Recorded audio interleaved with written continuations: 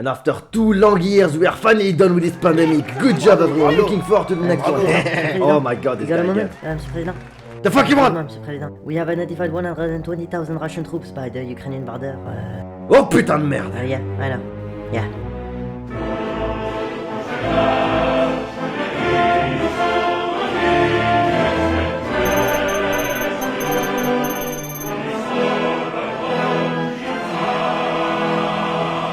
Vladimir, what the fuck is up with you, huh? I think you should ask the same question to your friends from NATO.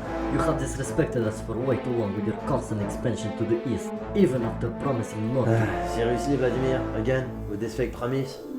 Just because it was verbal does not mean it never happened. It was a cold winter day, on the 9th of February 1990. Secretary of State James Baker met with President Gorbachev. Listen, Mr. Baker, thank you very much for coming. Thank you. We hope to see you again. Promise me never to move 1 more inch closer to the east. Okay, whatever you say, bro. Since then, all you have done is smother us with your new additions. Now you got your eyes on Ukraine. Are you out of your fucking mind, With man? NATO is different. Countries don't only if they want to. I appreciate the diplomatic gift, but this time you're pushing a bit too far. Seriously, Vladimir, do not invade Ukraine. Okay, whatever you say, bro. And then I farted, and I said, see, even the French can produce gas. You get it? Because I farted. Okay, but what did he say? About the troops? Oh yeah, no, he said some bullshit about NATO expansion and whatnot, you know the usual. I really hope he's not going to invade. Our country is the most reliant on Russian gas imports. We would not be able to live without it. Plus, Merkel is gone. He was very dear to Putin. Now that she is gone, he can do as he pleases. I think you guys are tripping. He's chilling right now with Xi in the Winter Olympics. No, but we should consider every possibility, Vladimir. Plus, even he says that they are likely to invade, so... You mean his teleprompter? Tell me, French frog, who are you referring to? My dear Vladimir, we are obviously referring to the most powerful man in the free world.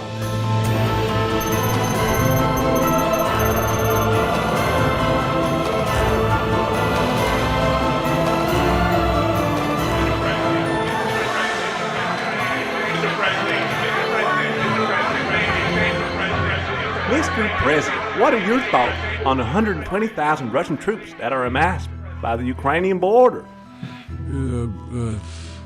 Excuse me. What are we talking about here? The troops, Mr. President, the Russian troops. Oh, you mean on Call of Duty? What did he just say? Check the prompter. The prompt is fine. Oh my god, Joe, would you please? Read the copy, please. The copy's good. Just read it. Yes, there is definitely a chance that Putin will go ahead with his invasion. If he does, we will unleash the mother of all sanctions upon Russia. We will not tolerate his regime's violations of international law and human rights, and we will use all means necessary to support the people of Ukraine in their quest for democracy and freedom. Look at us, everybody. We are wanderers.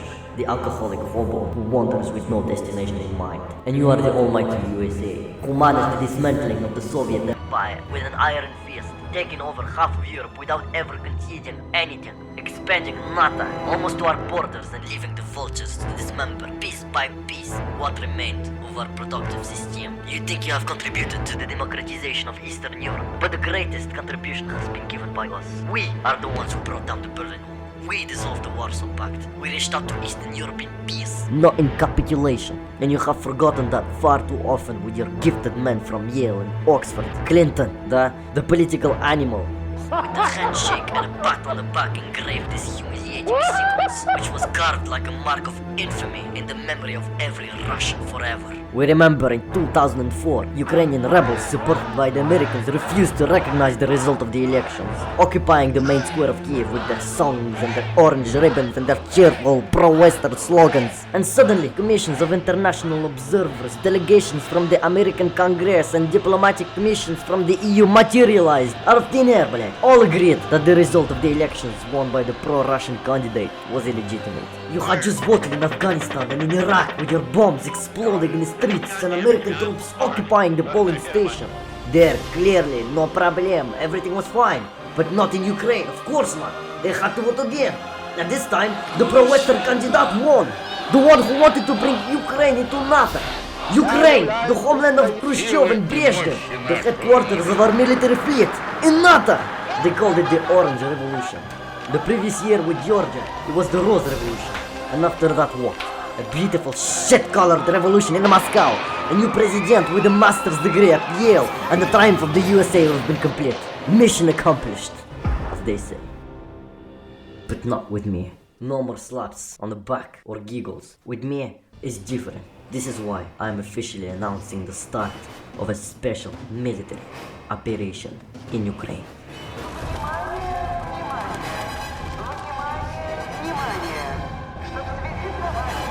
Good evening. Breaking news tonight. Vladimir Putin has ordered the start of a special military operation. Many residents have been forced to flee their homes and are seeking refuge in emergency shelters.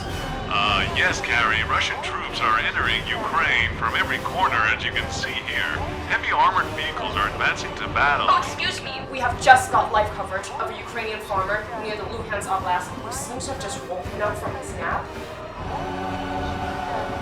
Oh, dear God.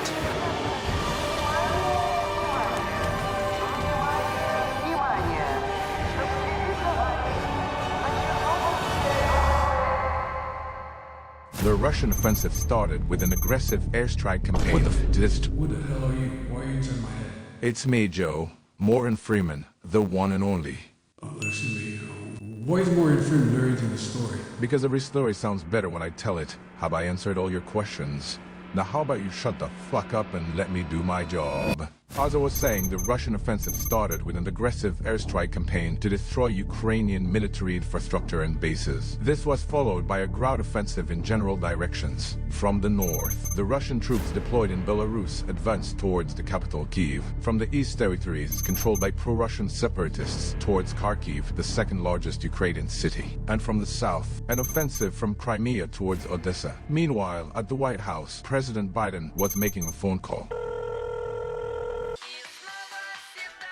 Извините. Hello, Volodin here. It's me. Joe, oh my god, this bastard. He actually did it. His troops are entering from everywhere. Yes, I know, buddy. Listen, my teleprompter says that most of our analysts expect a swift Russian victory. How many days is that? 3 days, Mr. President. Yes, 3 days, Vladimir. Their strategy is to rapidly advance towards major urban centers, to take large cities, to break the nation's morale, and to force the government to capitulate. Probably even assassinate you, Vladimir. Come with me. We will escort you back to Washington. You will be safe. You really thought I was just gonna dip? No, Joe, I'm staying here with my people. Every single Ukrainian will fight till death to defend our homeland. So why shouldn't I? Thank you for your proposition, Joe. But right now, I need ammunition. Not a ride. God day. Все, I need to go. Talk to you later. So, Подоляк, tell me the good news. Who do we have on our side? The US. Wait, that's it? Mr. President, we got word that the United Kingdom will impose strict sanctions on Russia. There you go. The UK, that's good, no? Sure, if you don't take into account their political system. Let's just say they're a bit special. Shame on you! Put your dick back in your pants and sit down! Sit down!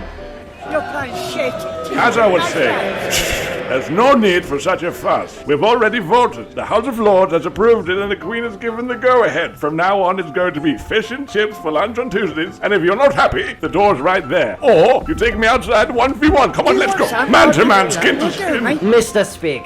Speaker, as thrilled as I am to hear about this new lunch bill, I can't help but wonder, where are the so-called sanctions against Russia that my honorable friend was talking about? Mr. Speaker, we intend to block Russia from accessing its foreign reserves, something that the opposition would never do considering the size of their balls. Mr. Speaker, just to go back on my honorable friend's last point, I'd like to emphasize that my left testicle is actually this size. But anyway, could my honorable friend clarify what is a foreign reserve and why a country needs to hold foreign reserves? Mr. Speaker, to answer my honorable friend's question, foreign reserves are foreign currencies held by a country's central bank, such as the US dollar, the euro, or the yen even. Countries keep foreign reserves for several reasons, like to facilitate international trade by allowing a country to buy goods and services from other countries. For example, if a country needs to import oil, it can use its foreign reserves in dollars to pay for it. It's just easier. Most importantly, foreign reserves can help a country maintain the stability of its currency. So if a country's currency is under pressure for whatever reason, it can use its foreign reserves to intervene in the foreign exchange market by buying its own currency and thus stabilize its value. And you want to prevent Putin from doing that? Exactly, Mr. Speaker, exactly. The Russian central bank holds $609 billion in reserves. If we prevent it to access it, the ruble will fall sharply and hit the economy hard. Moreover, Putin will lose the ability to offset the impact of our sanctions, so the ruble will fall even further. Inflation will spike, and the central bank will be left defenseless, Mr. Speaker. Defenseless. Mr. Speaker, what my honorable friend fails to understand is that a country is not some kind of subject with a single will, but rather millions of citizens with millions of different interests, a lot of internal conflicts and contradictions. But when sanctions are imposed against a country, they unwillingly unite them. I understand we want to cripple Putin in his war efforts, that he'll sooner or later simply run out of money for the war. But Russia will just hijack its own resources and its own citizens, and the more cannibalistic the government becomes, the less it worries about the well-being of its population. The authorities immediately turn on a powerful propaganda machine, and they will just use sanctions as an obvious excuse, and no one will question it. Seen in this light, sanctions are a gift to the Kremlin gang. They help Putin do what he had stubbornly failed to do for a decade and a half: convince the Russians that the West is hostile, that this is no time to change the government, that the enemy is at the gates. So, if I understand, Mr. Speaker, if I understand my honorable friend's point, sanctions do not work. Is that what my honorable friend is saying? Mr. Speaker, look, to answer my honorable friend's question, yes and no. What I'm saying is, if sanctions are imposed on the entire country indiscriminately, the blow may fall on the least protected segments of the population. The regime, on the other hand, only strengthens its position, becoming even more dangerous. Sanctions need to be personal, directed against specific people who serve and live off the regime, living a luxurious life. And mind you, they invest and spend in Europe, and their bank accounts, of course, are also not located in Russia. Europe turned a blind eye to it. Of course, who would object when money flows into your country like a river? Businessmen and politicians controlled by the Kremlin are becoming instruments of influence abroad. Putin is using them to corrupt and blackmail European officials and spread disinformation, a threat that grows even more serious every year, something that my honorable friend's party knows very well about. Shut the fuck up! For sanctions to work, they must be personal. And so sanctions were imposed on the Russian elite without discrimination. This included, of course, Vladimir Putin and his daughters, former President Dmitry Medvedev, Russian Foreign Minister Sergei Lavrov, but also important business figures like Sberbank CEO Herman Gref, Suleiman Terimov, whose absolute unit of a yacht got seized. Oh my god, look at his beauty. And Roman Abramovich, including the Chelsea Football Club, which he was forced to sell. On April 9th, British Prime Minister Boris Johnson is the first G7 leader to visit the capital Kyiv since the start of the invasion.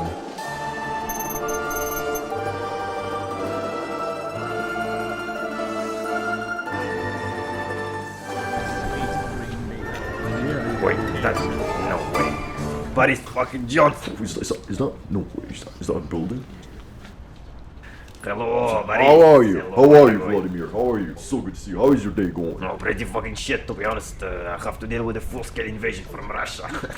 How was your day, man? Don't you worry. You're already doing so well, Vladimir. Don't you worry. We're here for you. Thank you, You're Boris. already Thank you. doing It's so a well. lot. You're already Come, doing so let's well, go my for a friend. walk. Our defense strategy was an orderly withdrawal to urban center, walking down the Russians in urban warfare, ambushing and attacking their supply lines. It would be a military blunder if our army were to defend all the terrain given the Russian advantage in firepower. This military tactic is called the Fabian strategy, trading space for time. For time? Yes, we give them terrain, which will buy us some time. It's a Fabian trade-off, strategy. you know? I like it. You see, our army has come a long way since 2014. Look at this bad boy. Our military arsenal is much better with the US and you guys, the United Kingdom, have provided military aid.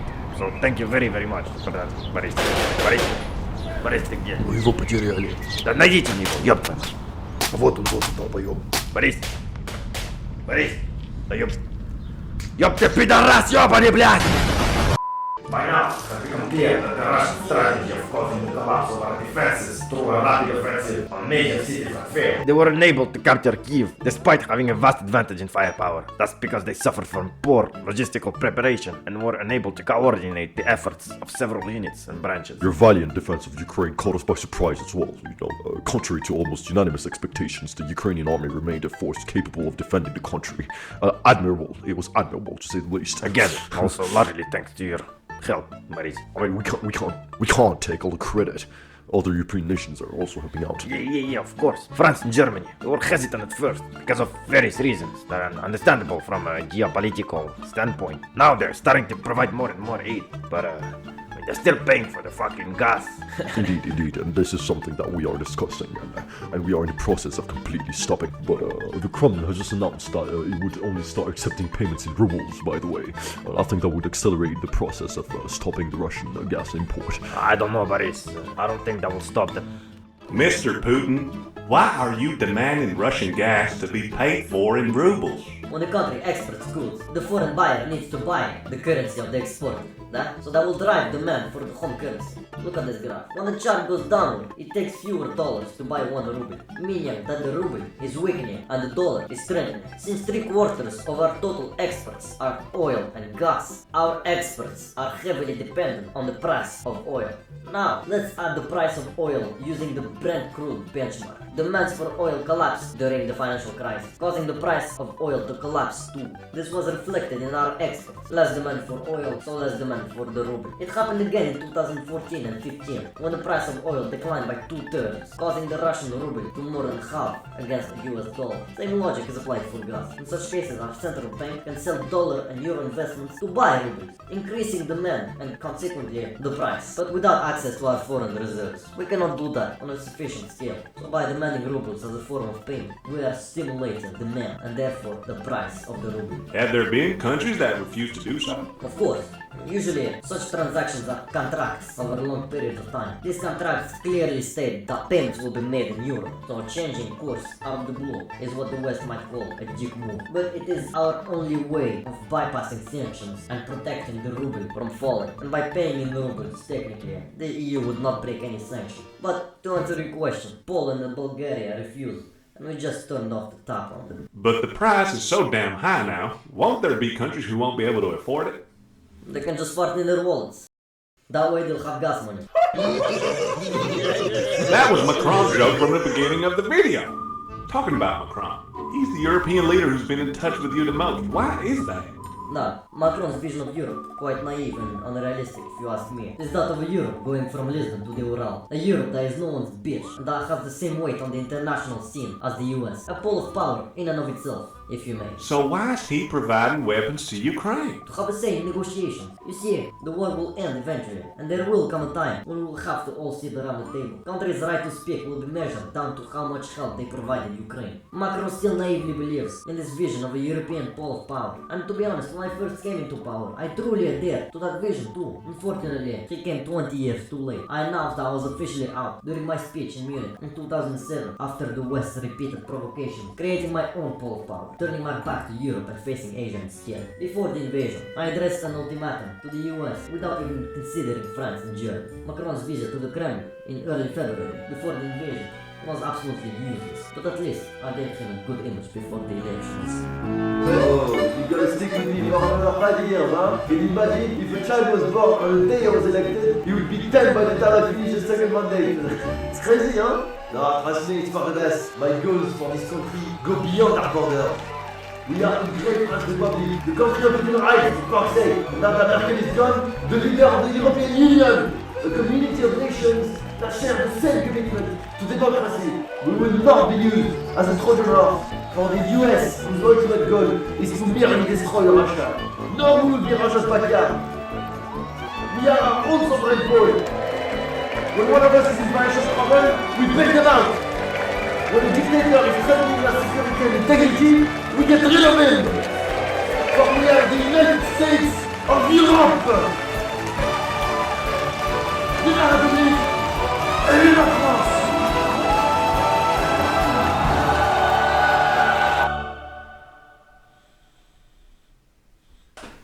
Ой, бля. Connecting to Starlink. Where is my script? Did I take my pills? And the hottest woman of the year award goes to Nancy Pelosi.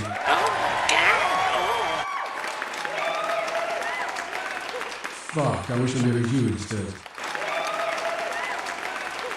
We have adopted a levies for Ukraine, which means more artillery units, armored vehicles, tanks, anti-tank weapons, military aircrafts, and other types of military vehicles are going to be delivered to Ukraine throughout May and June, the equivalent of $33 billion US. Come on, don't be shy. You can all stand and clap too. Yeah.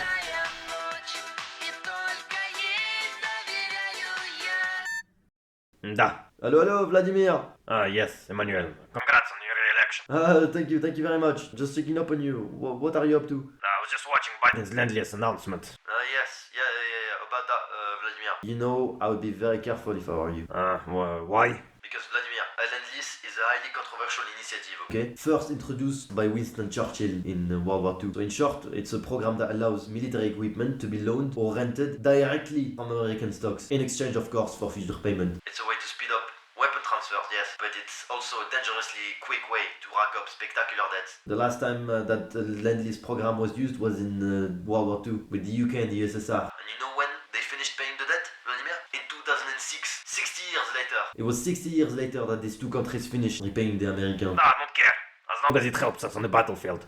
I'm just saying, be careful not to fall into a vulgar debt trap, okay? Anyway, just called you to let you know I'm on my way to the G7 summit. You might want to change the channel. Allez, bisous. Блять. David, G7 leaders today are expected to reiterate their commitment to Ukraine, saying once again that they will support the country and its sovereignty as long as it takes, and discussing new energy measures to unveil in the coming weeks as well. Wait, who are you? Where's Mr. Abe? I am the new Prime Minister. Wait, how often do you have elections? Every morning.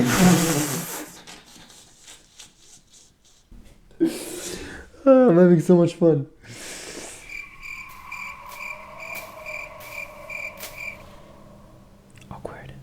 Beyond the jokes, the leaders of the world's richest countries are gathering to work out what to do next about Ukraine. Our continent is facing an unprecedented threat that destabilizes the entire world order. There are differences of emphasis and approach here about how much and for how long Ukraine should be helped. Sure, we will fund this with your tax money, but what the fuck are you going to do about it? The UK insists it must be for the long haul.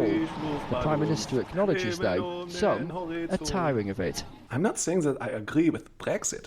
I'm just saying I understand. But most importantly, we must stand together as one continent, united in our determination. At this summit, the aim is to portray as much unity and resolve as possible as the conflict in Ukraine drags on and its costs back home, not least rising prices, become more obvious. Inflation is going to destroy us, and winter is coming soon.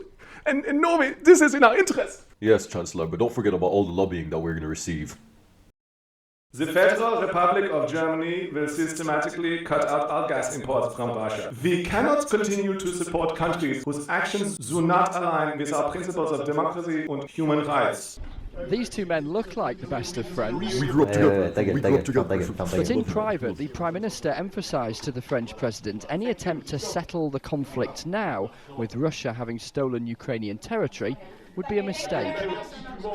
I think Macron suffers from a very serious inferiority complex. You see, since World War II, there's always been rivalry between the United States and the Soviet Union, and between the US and China today. Then or now, Europe always found itself crushed between the big powers. But Macron thinks that the United States is gradually losing its status as a hyperpower, and that the global balance point is heading towards China. Ultimately, there would be two centers of power, China and the United States, with Russia and Europe in the middle. So following Macron's logic, France, Europe and Russia have therefore common interests in balancing out power between the United States and China, and thus stand out from this struggle, which, by the way, could set the Pacific ablaze in a few years. The challenge then is how to stand together, how to move as one. Not easy and not guaranteed in the long term.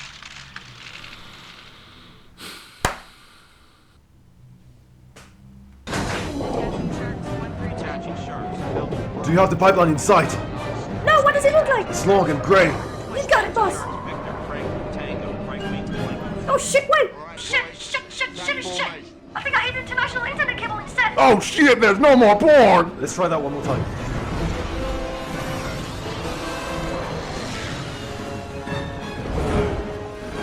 Retargeting Joe submarine. Sergeant, we're gonna need backup. Hang tight. Here they come.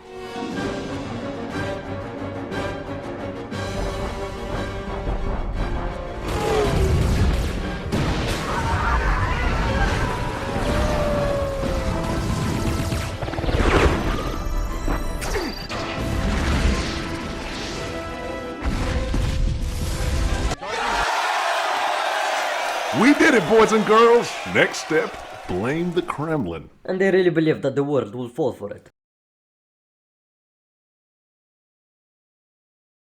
Okay, and this is a possibility, Mr. President, but what if, and hear me out, this was an inside job to kill any potential hope of future business with Europe, a way to show the oligarchs who are affected by the war that if there is no Nord Stream, there is no business, and so conspirations can stop right there. Or maybe it was the Americans. Mr. Putin, over the last year you have shifted your war strategy and turned it into an endurance war, the worst kind of war. Are you trying to tire the West? Yes, Ukraine has fallen into a death trap, becoming a sovereign colony on paper, financially captive to the West for decades to come. Plus, in a context where interest rates are at a historically high level, the world economy is on the verge of recession, and major creditors like the World Bank or the IMF or even China are at their limit. Let's say that Ukraine comes at a very bad time to take advantage of a momentum of generosity. But the West will keep financing Ukraine, whatever happens, so what's your point exactly? When it comes to geopolitics and international finance, nothing is free. These aren't donations, my friend. These are loans, not to mention the reconstruction costs that are projected at some $800 billion, regardless of victory or defeat. And that is if the war stops immediately, that inflation stabilizes, and that the sums are spent without any form of corruption or waste. I'm trying to help Ukraine by claiming parts of its territories. I will finance the costs of reconstruction myself. Wait, you're annexing the Occupied parts of Ukraine.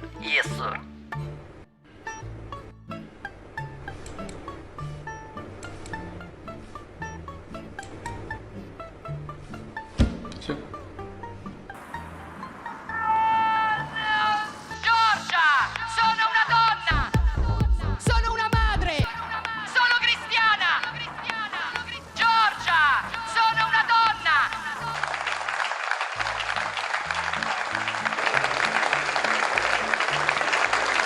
It has been an eventful year for Ukraine. I could be talking about how this war changed the face of the earth until tomorrow morning, but the video is starting to get a bit too long, and some of you are starting to get bored. As this challenging year draws to a close, President Zelensky is gearing up to address the global audience and share an important message. You can do it.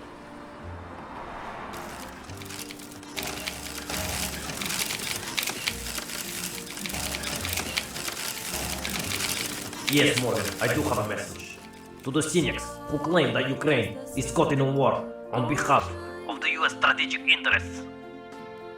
True, but it is a small price to pay for salvation. To the stoics who numb their emotions in the name of the big picture, who only see the tectonic shifts, rearranging the world order as a natural part of human history. True, but we are living through it. Ask the dead. To the invaders who claim to protect their sphere of influence, build a better life for your own people, and your neighbors will naturally be drawn to you without invading. But you chose the easiest alternative, violence. What's more, fratricidal violence. Aggression is no substitute for ability. You have overestimated the logistics of your army and went ahead anyway. And what have you achieved? Your borders with NATO have doubled. Your young talent have fled your homeland to benefit other nation. Not to mention the thousands of losses, on both sides, young men and women who shall not grow old. The consequences of your own actions. And to my Ukrainians, I say this. One day of this horror is already too much, and it has been a year. And there most likely will be more. The road will not be easy, but we must remember who we are. We are a nation of courage, resilience, and unwavering determination. And when we come out of this, victorious or defeated, whole or broken, the greatness of Ukraine will be remembered everywhere, forever. Godspeed.